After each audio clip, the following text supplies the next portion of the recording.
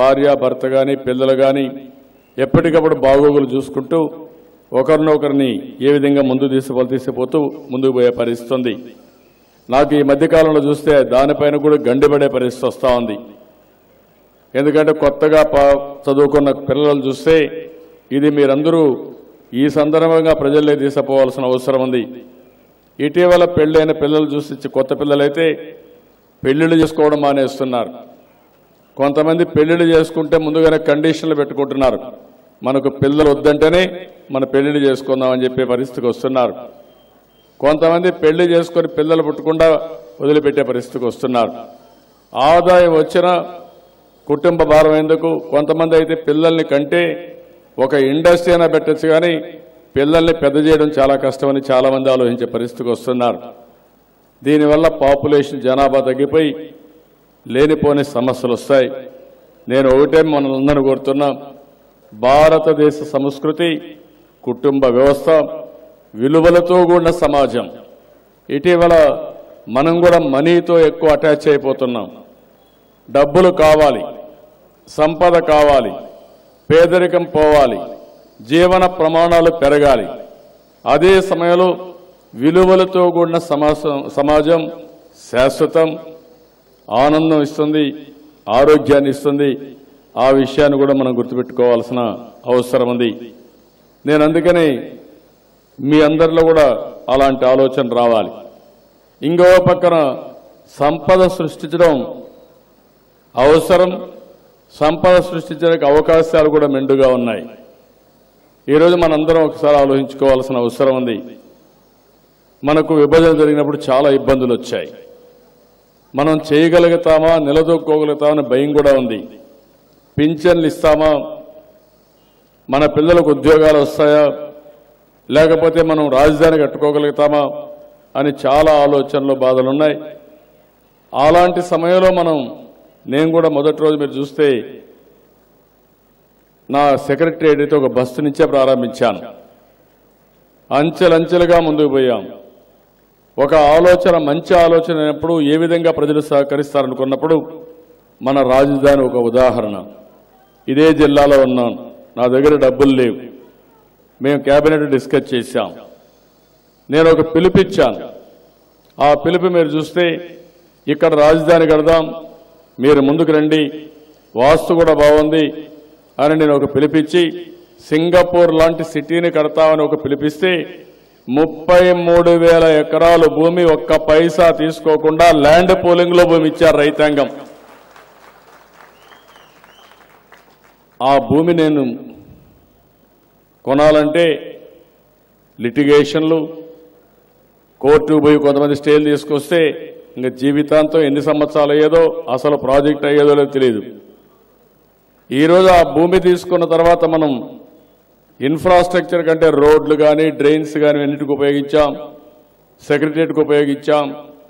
ఇంకో పక్క కొంతమంది ప్రైవేట్ వ్యక్తులకు కూడా కన్సెషన్లో భూమి ఇస్తే ఒక ట్రాన్స్పరెంట్గా వాళ్ళకు కూడా ఇచ్చాం. దీనివల్ల ఈరోజు పెద్ద ఎత్తున పనులు అవుతున్నాయి. ట్రంక్ ఇన్ఫ్రాస్ట్రక్చర్కు రోడ్డు కానీ, నీళ్లు కానీ, కరెంటు కానీ, దీనికి ఏం కావాలన్నా వీటన్నిటికోసం పెద్ద ఎత్తున కార్యక్రమాలు చేపట్టాం. దీనికి ఒక 50,000 కోట్ల రూపాయలు ఖర్చు పెడుతున్నాం. ఇవన్నీ చేసిన తర్వాత కూడా మనకు ఒక 5,000-6,000 ఎకరాలు మిగులుతుంది. ఆ 5,000-6,000 ఎకరాలు కానీ కొంతవరకు అమ్ముకుంటే మొత్తం మనం తీసుకున్న అప్పు కూడా తీరిపోయే పరిస్థితి వస్తుంది. అదే సమయంలో మళ్ళీ మనకు ఆదాయం పెరుగుతుంది. జీఎస్టీ కానీ, వ్యాట్ కానీ, ఇలాంటి ట్యాక్సులన్నీ వచ్చి ప్రభుత్వానికి ఆదాయం వస్తుంది. ఎప్పుడు కూడా సంపద సృష్టించడం అభివృద్ధి ద్వారా సాధ్యం. సంపద సృష్టిస్తేనే ఆదాయం వస్తుంది. ఆదాయం వస్తేనే మళ్ళా సంక్షేమ కార్యక్రమాలు జరుగుతాయి. ఈరోజు మనం 51 లక్షల మందికి పింఛన్ ఇస్తున్నాం. ఆ రోజు నేను అధైర్యపడలేదు. 200 రూపాయలు పింఛన్ 1000 రూపాయలు చేశాను. 5 టైమ్స్ పెంచామంటే ఒక ధైర్యం, మళ్ళా అవసరమైతే డబ్బులు సంపాదించే శక్తి మనకుంది. మీ సహకారంతోనే ముందుకు పోయాం. ఈరోజు దేశంలో ఎక్కడా లేని వెల్ఫేర్ ప్రోగ్రామ్స్ తీసుకొచ్చాం. ఈరోజు ఆ విషయం మీరు గుర్తుపెట్టుకోవాలి. సామాన్య ప్రజానీకానికి మెరుగైన జీవన ప్రమాణాలు కావాలి. అందుకే మీరు చూస్తే రూపాయి కేజీ బియ్యం 5 కేజీలు చేశాం. పండగల పూట వాళ్ళకు కావాల్సిన కానుకలు ఇచ్చాం. ఇంకో పక్క పెన్షన్ 51 లక్షల మందికి ఎన్టీఆర్ భరోసా ఇచ్చాం. ఎవరన్నా చనిపోతే యాక్సిడెంట్లో 5 లక్షల రూపాయలు ఇచ్చాం. ఇంకో పక్క 50 సంవత్సరాల లోపలనే ఎవరన్నా చనిపోతే ఆ కుటుంబం అనాథలు కాకూడదు 2 లక్షల రూపాయలు ఇచ్చాం. ఇంత మునిపే ఎడ్లపాటి వెంకట్రావు గారు చెప్పారు, రైతులు చాలా ఇబ్బందుల్లో ఉంటే ఇప్పటికి కూడా నేను ఇంకా తీర్చలేదు. 24,000 కోట్ల రూపాయలు రైతులకు రుణ విముక్తి చేసిన ఏకైక ప్రభుత్వం భారతదేశంలో మన ప్రభుత్వం అని చెప్పి కూడా నేను మీకు తెలియజేస్తున్నా. అందరూ భయపడ్డారు. 2 లక్షల రూపాయలు కూడా ఎక్కువ కదా, 1 lakh ఇద్దాను కూడా అన్నారు.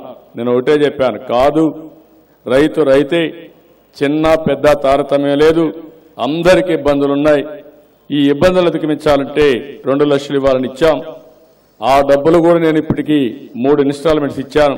ఇప్పుడు లాస్ట్ ఇన్స్టాల్మెంట్ ఇప్పుడు 10% వడ్డీతో నెక్స్ట్ మంత్లో ఇవ్వాలని చెప్పి దాని కార్యక్రమాన్ని కూడా రూపకల్పన చేశాం. డాక్రా సంఘాలకు ఒక్కొక్కరికి 10,000 రూపాయలు ఇచ్చాం. వాళ్ళు కూడా ఇబ్బందుల్లో ఉన్నారని పేదవాళ్ళని 90 లక్షల మందికి ఒక్కొక్కరు 10,000 రూపాయలు చొప్పున పెట్టుబడి కింద ఇచ్చాం. ఇంకో పక్కన అన్నా క్యాంటీన్ పెట్టాం, పెళ్లిళ్ళకి డబ్బులు ఇచ్చాం, స్కాలర్షిప్లు రెగ్యులరైజ్ చేశాం, అనేక కార్యక్రమాలు తీసుకున్నామంటే మానవ వనరులు కూడా సమాజానికి ఒక సంపద సృష్టించాలంటే మానవ వనరుల యొక్క ప్రాధాన్యత కూడా చాలా పెద్ద ఎత్తున ఉంటుంది. అందుకనే మనం ఈ కార్యక్రమాలు చేశాం. నేను ఎందుకు ఈ విషయాలు ఈ సమయంలో తీసుకొచ్చానంటే ఎప్పుడు కూడా రాజకీయాలు మెరుగైన రాజకీయాలుంటే మెరుగైన వ్యవస్థకు శ్రీకారం చుట్టమే కాకుండా సమర్థవంతంగా పనిచేసి సంపద సృష్టించే పరిస్థితి వస్తుంది. ఒకసారి సంపద సృష్టిస్తే ఆ సంపద వల్ల అందరూ బాగుపడతారు, ఆదాయం పెరుగుతుంది. మళ్లీ ఆ ఆదాయాన్ని బడుగు బలహీన వర్గాలపైన పేదరికపైన ఖర్చు పెడితే వారి యొక్క జీవన ప్రమాణాలు పెరుగుతాయి. ఈరోజు ఇక్కడ ఉండే మీరు చూశారు, విశ్వబ్రాహ్మణ్స్ ఇక్కడే ఉన్నారు. వాళ్ళు కూడా ఆర్థిక వ్యవస్థకు పెద్ద ఎత్తున కృషి చేస్తున్నారు. ఆ విషయం మీరు గుర్తుపెట్టుకోవాలి. రైతు వ్యవసాయం చేస్తే వీళ్ళు పెళ్లిళ్ళు జరిగినా ఇంకోటి కూడా మానసిక ఆనందానికి మనుషుల ఆరోగ్యానికి వీళ్ళు పనిచేసే పరిస్థితి వస్తుంది. దాన్ని వాళ్ళు జీవనోపాధిగా తీసుకొని ముందుకు పోతున్నారు. దేశంలో చాలా వరకు మీరు చూస్తే కుల వృత్తులు, అదే మరి చేతి వృత్తులు మన దేశంలో చాలా ప్రగాఢంగా ఉన్నాయి.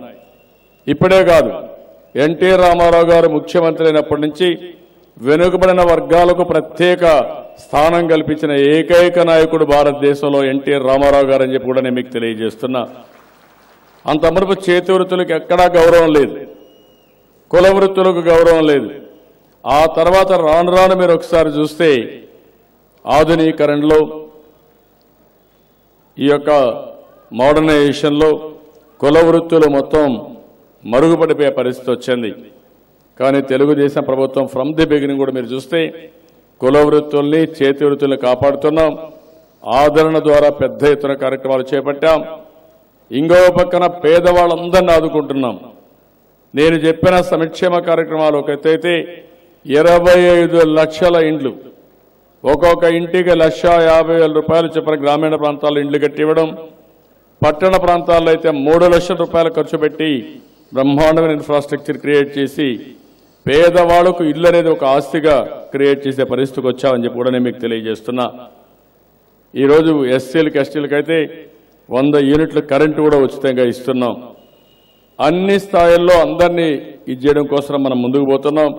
ఇప్పుడు కూడా మళ్ళా ఎడ్లపాటి వెంకట్రావు గారు ఒకటి ఉన్నారు, ల్యాంలో మీరు అవసరమైతే రైతులకు అందరికీ ఒక గెస్ట్ హౌస్ కట్టండి, వచ్చిన వాళ్ళు ఆనందంగా ఉండే పరిస్థితి రావాలన్నారు. తప్పకుండా చేస్తామని చెప్పి మీ అందరి తరపున హామీ ఇస్తున్నా. ఇంకొక పక్కన వారు ఒక మాట చెప్పారు, గిట్టుబాటు ధర లాభసాటిగా ఉండాలని. ఈరోజు మనం నదుల అనుసంధానం ఆంధ్రప్రదేశ్లో పెద్ద సమస్య మనందరికీ. మొట్టమొదటిసారిలో మీరు చూస్తే ఏమవుతుంది, ఒక పక్క తుఫాన్లు, ఒక పక్క కరువు. ఈరోజు కూడా నేను ముఖ్యమంత్రి అయిన ఫస్ట్ ఇయర్లోనే ఉదూద్ వచ్చింది, మొన్నే తిత్లీ తుఫాన్ వచ్చింది, ఇప్పుడు మళ్ళా ఇంకొక తుఫాన్ వచ్చింది. ఈరోజు రేపైతే ఈస్ట్ గోదావరి ప్రాంతంలో క్రాస్ అయ్యే పరిస్థితి ఉంది. ఈరోజు ఎస్టిమేషన్ ప్రకారం అంటే 4 సంవత్సరాల్లో 3 సంవత్సరాలు తుఫాన్లు, ఇంకొక పక్క రాయలసీమలో కరువు వచ్చే పరిస్థితి వచ్చింది. అందుకే నేను ఆలోచించింది ఎట్టి పరిస్థితిలో నదుల అనుసంధానం తప్ప వేరే మార్గం లేదని ఒక్క సంవత్సరంలో పోలవరం కుడికాలం ఉంటే పట్టిసీమ ద్వారా నీళ్లు తీసుకొచ్చి కృష్ణా డెల్టా వెస్టర్న్ డెల్టా కానీ ఈస్టర్న్ డెల్టా కానీ నీళ్లు ఇచ్చి పూర్తిగా కాపాడాం. మామూలుగా అయితే ఈ సందర్భంలో డిసెంబర్ ఎండుకు జనవరికి పంటలు వచ్చేటివి పట్టిసీమ ద్వారా ముందుగానే పంటలు తీసుకోగలిగాం. వీళ్లు వాడే నీళ్లు శ్రీశైలంలో పొదుపు చేసి రాయలసీమకు ఇవ్వగలిగాం. ఈ సంవత్సరం మళ్లీ గోదావరి పెన్నా నదుల అనుసంధానానికి శ్రీకారం చుట్టాం. ఇది గాని పూర్తయితే సోమశిల వరకు నీళ్లు వెళ్తాయి. భవిష్యత్తులో సముద్రంలోకి పోయే నీళ్లు పెద్ద ఎత్తున మనకు ఉపయోగపడే పరిస్థితి వస్తుంది. ఇది అయిన తర్వాత నా ఆలోచన ఒకటి, వంశధార పెన్నా వరకు నదుల అనుసంధానం చేయాలి. ఎక్కడైతే వర్షాలు లేవో అక్కడ నీళ్లు వచ్చే పరిస్థితి రావాలి. అదే సమయంలో ఇన్ని నదులు అనుసంధానం చేయగలిగితే ఈ జిల్లాలో ఎక్కడ కూడా కరువు అనే మాట ఉండదు. రాయలసీమలో ఏవైతే నీళ్లు కృష్ణాలో వస్తాయో దాన్ని కూడా మనం ఉపయోగించుకునే పరిస్థితి వస్తుంది. ఇలాంటి కార్యక్రమాలకు శ్రీకారం చుడుతున్నాం. అదే సమయంలో ఎడ్లపాటి వెంకట్రావు గారు చెప్పినట్టు 4 సంవత్సరాల్లో దేశంలో మీరు ఒకటి గుర్తుపెట్టుకోవాల్సిన అవసరం ఉంది. రైతుల ఆదాయం రెట్టింపు చేసిన ఏకైక ప్రభుత్వం మన రాష్ట్ర ప్రభుత్వం. ఆ విషయం మీరు గుర్తుపెట్టుకోవాలి. వర్షం తక్కువైనా, కరువు వచ్చినా, తుఫాన్లు వచ్చినా మనం 4 సంవత్సరాలు 11% మన దగ్గర గ్రోత్ వచ్చింది. వ్యవసాయ అనుబంధ రంగాల్లో దేశంలో 2.4% గ్రోత్ వచ్చింది. దానికి కారణం మనం ఒక స్ట్రాటజీ అవలంబించాం. నదుల అనుసంధానం, నీటి యాజమాన్యం సమర్థవంతంగా చేయడం, ఇన్పుట్స్ కానీ ఇవన్నీ సమర్థవంతంగా ఇవ్వడం. ఇప్పుడు నెక్స్ట్ స్టెప్ కూడా ప్రకృతి సేద్యానికి కూడా వెళ్ళాం. ఈ ప్రకృతి సేద్యం కానీ మనం జయప్రదం చేసుకోగలిగితే సమాజంలో చాలా మార్పులు వస్తాయి. ఆరోగ్యం మెరుగవుతుంది. ఇంకో పక్క రైతులకు పెట్టుబడి బాగా తగ్గుతుంది. ఇంకో పక్క దీనికి మార్కెటింగ్ కూడా బాగుంటుంది. ఎన్విరాన్మెంట్ కూడా ప్రొటెక్ట్ అయ్యే పరిస్థితి వస్తుంది. అదే సమయంలో వ్యవసాయంలో మన ఆహారపు అలవాట్లు పూర్తిగా మారాయి కాబట్టి దానికోసం మనం కూడా వ్యవసాయం నుంచి మామూలుగా ట్రెడిషనల్ వ్యవసాయం నుంచి హార్టికల్చర్కి వెళ్తున్నాం. లైవ్ స్టాక్ పైన, డైరీ పైన, పౌల్ట్రీ పైన, లేకుంటే మీట్ పైన, దీనిపైన గొర్రెల పెంపకం పైన ఎక్కువ శ్రద్ధ పెట్టాం. ఇంకో పక్క అక్వాకల్చర్ మనకు చాలా అవకాశాలు ఉన్నాయి. సముద్ర తీరం ఉంది. నీళ్లుంటే బ్రహ్మాండమైన చేపలు కానీ, ఫిష్ అదే మరిగా చూస్తే ప్రాన్స్ కానీ, రొయ్యలు కానీ వచ్చే అవకాశం ఉంటుంది. దానికి కూడా వెళ్ళాం. దీనివల్ల మన ఆదాయాన్ని మనం నిలబెట్టుకోగలిగాం. ఉపాధి కల్పించుకునే పరిస్థితి వస్తున్నాం. మన డిమాండ్సే కాకుండా మార్కెట్లో కూడా ఆహారపు అలవాట్లు మారినప్పుడు వారికి కావలసిన ఉత్పత్తులు మనం చేయగలిగితే చాలా వరకు ఉపయోగపడుతుంది. దానికి కూడా మనం శ్రీకారం చుట్టాం. వారు చెప్పిన దానిపైన ఇంకా కూడా నేను ఆలోచిస్తున్నా. రైతులకు నిజంగా భవిష్యత్తులో పండిన పంటకు గిట్టుబాటు ధర వచ్చి ఒక రైతు వ్యవసాయం చేస్తే ఎప్పుడు కూడా ఇబ్బందుల్లో పడకుండా ఉండగలిగే పరిస్థితిని మనం క్రియేట్ చేయగలిగితే అది చాలా హ్యాపీనెస్ వస్తుంది. అది చేయడానికి శ్రీకారం చుడుతున్నాం. నేను తప్పకుండా వారి యొక్క సూచనని ఎంతవరకు అమలు చేయగలుగుతానో చేసేదానికి అన్ని విధాలా ప్రయత్నం చేస్తానని చెప్పి కూడా నేను మీకు తెలియజేస్తున్నా. ఇప్పుడు గవర్నమెంట్ ఆఫ్ ఇండియా మీరంతా పాలసీలు ఇచ్చారు. ఎక్కడ డబ్బులు ఇవ్వడం లేదు. ఈరోజు ఏది ఉత్పత్తి అయినా కడాన పొగాకు కూడా వాళ్ళు డబ్బులు ఇవ్వకపోతే బోర్డున్న మనమే ఇచ్చాం. ఇలాంటివి చాలా వరకు వాళ్ళు ఇవ్వకపోయినప్పటికీ నామమాత్రంగా ఇచ్చినప్పుడు మనం ఇచ్చి ముందుకు పోయే పరిస్థితికి వస్తున్నాం. అదే కానీ కేంద్రం కూడా సహకరిస్తే ఈరోజు మన ఇబ్బందులు మీరు చూస్తున్నారు. బైఫర్కేషన్ యాక్ట్లో ఉండే ప్రొవిజన్స్ కూడా అమలు చేయలేదు. ప్రత్యేక హోదా ఇస్తామని ఆ రోజు గట్టిగా ఇవ్వాలని పట్టుబట్టిన బీజేపీ, ఆ రోజు ఇచ్చిన కాంగ్రెస్ పార్టీ ఈరోజు చూస్తే కనీసం దాన్ని అమలు చేసే పరిస్థితులు లేరు. ఇన్ని ఇబ్బందులున్నా, నేను ఇక్కడ రాజకీయాలు మాట్లాడడంలే కానీ ఇన్ని ఇబ్బందులున్నా మనం అధిగమించగలిగాం. దానికి కారణం మీ అందరి సహకారం, మీ అందరి సమన్వయ కృషి తప్ప ఇంకోటి కాదని చెప్పి కూడా నేను మీకు తెలియజేసుకుంటూ మరొకసారి ఈ శుభ సందర్భంగా ఎడ్లపాటి వెంకట్రావు గారిని ఒక స్ఫూర్తిగా తీసుకుని నేను ఒకటే హామీ ఇస్తున్నా. రైతులకు ఎక్కడా ఇబ్బంది లేకుండా చేసే బాధ్యత ఈ ప్రభుత్వం తీసుకుంటాం. అదే సమయంలో ఒక మంచి రాజకీయాలకు నమూనా మంచి పరిపాలన. పరిపాలన బాగుంటే అందరి జీవితాలు బాగుంటాయి. అందుకనే మీరు ఇంకొక విషయం కూడా గుర్తుపెట్టుకోవాల్సిన అవసరం ఉంది. కులాలు కానీ, మతాలు కానీ, ప్రాంతాలు కానీ తిండి పెట్టావు. ఈరోజు కులం అనేది ఒక్కొక్కరు కులంలో పుడతారు. మతం అనేది మనం నమ్ముకున్న సిద్ధాంతం. ఒకరు క్రిస్టియానిటీ నమ్ముకుంటారు, ఒక హిందూయిజాన్ని నమ్ముకుంటారు, ఇంకొక ముస్లింలు ఇస్లాం నమ్ముకుంటారు, మరిగా ఉంటారు. అదే సమయంలో ప్రాంతంలో కొన్ని బ్యాక్వర్డ్నెస్ ఉందంటే అది చారిత్రకంగా పాలకుల యొక్క నెగ్లిజెన్స్ కానీ అక్కడుండే ప్రత్యేకమైన పరిస్థితుల వల్ల జరుగుతాయి. ఇవన్నీ కూడా మళ్ళీ పోవాలంటే, ఇవన్నీ కూడా పూర్తిగా అందరికీ న్యాయం జరగాలంటే ఒక సుపరిపాలన ద్వారా తప్ప ఇంకోటి కాదని చెప్పి కూడా నేను మీకు తెలియజేస్తున్నా. ఈరోజు నాకు ఒక నమ్మకం కూడా ఏంటంటే టెక్నాలజీ చాలా బాగా వెళుతూ ఉంది. భవిష్యత్తులో టెక్నాలజీ ఇంకా ప్రముఖమైన పాత్ర వహిస్తాం. ఈరోజు ఒక్క సెల్ ఫోన్ మీ దగ్గర ఉంటే, స్మార్ట్ ఫోన్ మీ దగ్గర ఉంటే ఇప్పటికే చాలా దేశాలు తయారవుతున్నాయి. ఏ పని కావాలన్నా సెల్ ఫోన్ ద్వారానే పని అయిపోతుంది.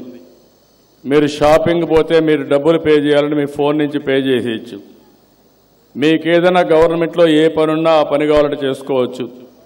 మీరు హోటల్ దగ్గర నుంచి, ట్యాక్సీ దగ్గర నుంచి, లేకపోతే ఏ టికెట్లు బుక్ చేసుకోవాలన్నా సెల్ ఫోన్ ద్వారానే అయిపోయే పరిస్థితి వస్తుంది. అలాంటి ఏజ్లో మనం ఎంటర్ అయ్యాం. ఇంకా పెను మార్పులు టెక్నాలజీ తీసుకొస్తుంది. కాబట్టి ఇలాంటివి వచ్చినప్పుడు దీన్ని అంతా కూడా మనం ఉపయోగించుకుంటే మన జీవితాలు ఆనందంగా ఉంటాయి. అదే సమయంలో ఇంకొక ప్రాబ్లం కూడా ఉంది. టెక్నాలజీకి మనం బానిసలు కాకూడదు. టెక్నాలజీని మనం మేనేజ్ చేయాలి తప్ప టెక్నాలజీకి బానిసలు అయితే మన పిల్లలు చూస్తున్నాం. 2 సంవత్సరాలు 3 సంవత్సరాలు వయసు ఉండే పిల్లవాళ్ళు చూస్తే సెల్ ఫోన్ పట్టుకొని సెల్ఫీలు తీసే పరిస్థితికి వచ్చారు. ఇది ఇంకొక విపరీతమైన పరిస్థితి. కొంతమందిని చూస్తూ ఉంటాం, మనం మాట్లాడుతూ ఉంటే వాళ్ళు ఫోన్ పెట్టుకొని కొట్టుకుంటూ కూర్చుంటారు. అంటే మనల్ని చూస్తున్నాడా, మనం మాట్లాడేంత రాసుకుంటున్నాడా, ఎవరికి అర్థం కాని పరిస్థితి. దీనివల్ల టెన్షన్లు పెరిగిపోతున్నాయి. భవిష్యత్తులో మీరు చూడాలి, గుర్తుపెట్టుకోవాల్సిన అవసరం ఉంది. ఇలాంటి ప్రత్యేకమైన పరిస్థితిలో చాలామందికి మెంటల్ డిసీజెస్ ఎక్కువ వచ్చే పరిస్థితి వస్తూ ఉంది. టెన్షన్ ఎక్కువైపోయి, స్ట్రెస్ ఎక్కువైపోయి, లేనిపోని ఒకప్పుడు ఆరోగ్య సమస్యలు అయితే ఇప్పుడు మానసిక సమస్యలు, మెంటల్ సమస్యలు కూడా వచ్చే పరిస్థితి వస్తుంది. ఏదైనా సమర్థవంతంగా చేయగలిగితే అన్ని విధాల ముందు బాడీ అండ్ మైండ్ ప్లెజెంట్గా ఉంటే ఏమైనా చేయగలుగుతాం. అలాంటి బాడీ మైండ్ 100 సంవత్సరాలు పర్ఫెక్ట్గా మెయింటైన్ చేసిన వ్యక్తి ఎడ్లపాటి వెంకట్రావు గారు అని చెప్పి కూడా నేను మీకు తెలియజేస్తున్నా. నేను ఈరోజు ఇవన్నీ కూడా ఎందుకు మీకు చెప్తున్నానంటే వారిని చూసిన తర్వాత మనం నేర్చుకోవాల్సిన విషయాలు చాలా ఉన్నాయి. ఆ విషయాలు మనం నేర్చుకుని వారిని ఒక స్ఫూర్తిగా తీసుకుని మన జీవితానికి కూడా మనం ఒక సార్థకత తెచ్చుకోవాల్సిన అవసరం ఉంది. ఒక మీనింగ్ఫుల్ లైఫ్ని మనం కూడా గడపాల్సిన అవసరం ఉంది. ఈరోజు ఎడ్లపాటి వెంకట్రావు గారు మామూలుగా కొంతమంది చనిపోతే మనం పొగుడుతాం, కానీ ఆయన బతికుండంగానే ఆయన ఆదర్శంగా తీసుకుంటున్నామంటే దానికి కారణం ఆయన చూపించిన చొరవ, ఆయన అవలంబించిన విధానం అని చెప్పి కూడా నేను మీకు తెలియజేసుకుంటూ, ఆయన ఇంకా చాలా రోజులుండి మీనింగ్ఫుల్ లైఫ్ చేసి భావితరాలు కూడా ఎవరైనా రేపు మాట్లాడితే ఏ విధంగా ఉండాలి అని అనుకుంటే ఎడ్లపాటి వెంకట్రావు లాంటి లైఫ్ నాకు ఉండాలని కోరుకునే విధంగా, ఎవరన్నా ఆశీర్వదిస్తే కూడా ఆయన పేరు చెప్పి ఆశీర్వదించే విధంగా ఉండాలని చెప్పి మనస్ఫూర్తిగా ఆశిస్తూ, ఆకాంక్షిస్తూ ఎడ్లపాటి వెంకట్రావు గారిని మనస్ఫూర్తిగా అభినందిస్తున్నా. గట్టిగా చిన్నవాళ్ళు కూడా మీరు ఆశీర్వదించవచ్చు. మీ ఆశీస్సులు, ఆశీర్వాదాలు, అభినందనలు ఎడ్లపాటి వెంకట్రావు గారికి తెలియజేయాల్సిందిగా మరొక్కసారి కోరుకుంటూ అందరికీ నమస్కారాలు. జై హింద్, జై జన్మభూమి. ఇప్పుడు రావునితుల శ్రీరామూర్తి గారు ఎడ్లపాటి వెంకట్రావు గారి మీద ఓ పుస్తకాన్ని రచించారు. ఆ పుస్తకాన్ని పెద్దలు చంద్రబాబు నాయుడు గారు, అదేవిధంగా ఎడ్లపాటి వెంకట్రావు గారి మీద ఒక సావుని రిలీజ్ చేయడం జరిగింది. దాన్ని కూడా ప్రారంభించవలసిందిగా కోరుతా ఉన్నాం. రైతువాదిగా రైతు సంక్షేమ ధ్యేయంగా పట్టిసీమ ద్వారా డెల్టా రైతాంగాన్ని కాపాడిన రైతు నేస్తం మన ముఖ్యమంత్రి చంద్రబాబు నాయుడు గారికి రైతు గుర్తు నాగలి గుర్తు. ఆ నాగల్ని ఈనాడు అన్నాపత్రుని శ్రావణ్ కుమార్ గారు, అదేవిధంగా జడ్పీటీసీ జయలక్ష్మి గారు ఇవ్వాల్సిందిగా కోరుతా ఉన్నాం.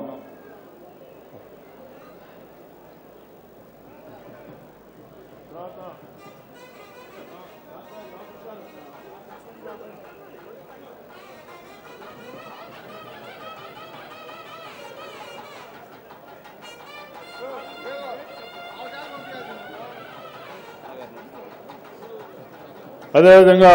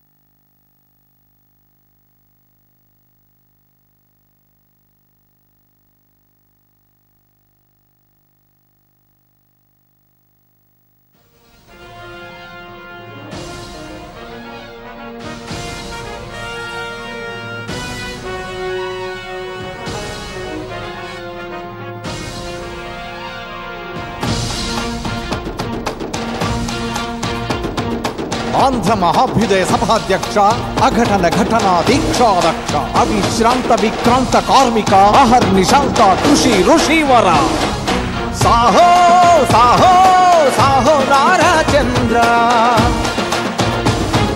సాహో సాహో నవ్యాంధ్ర మహేంద్ర సాహో సాహో సాహో నారాచంద్ర సాహో సాహో నవ్యాంధ్ర మహేంద్ర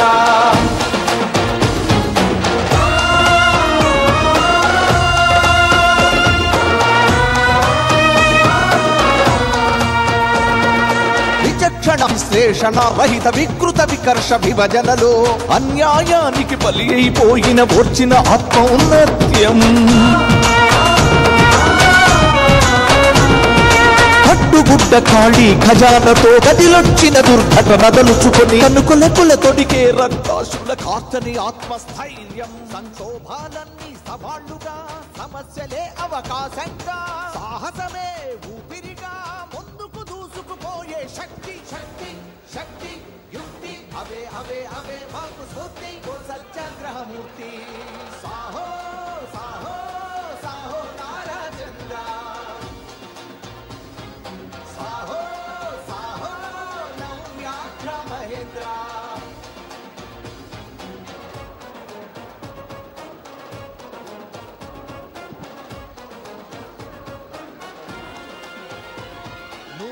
స్వర్ణ స్వప్నాలన్నీ సాకారం చేసే యజ్ఞంలో ఒక సమిధను నే యజిస్తా నేను స్వర్గం త్యజిస్తా స్వర్ణాంధ్రను సాధించు నిమిత్తం తలపెట్టిన దీక్షా సమరంలో నేను బాధ్యత వహిస్తా నవ దీక్షా బంధం ధరిస్తా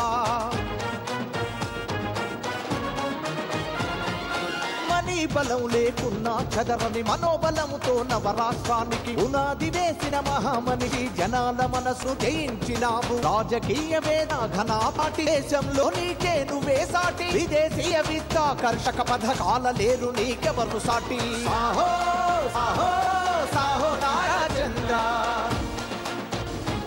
సాహో సాహో నవ్యాంధ్ర మహేంద్ర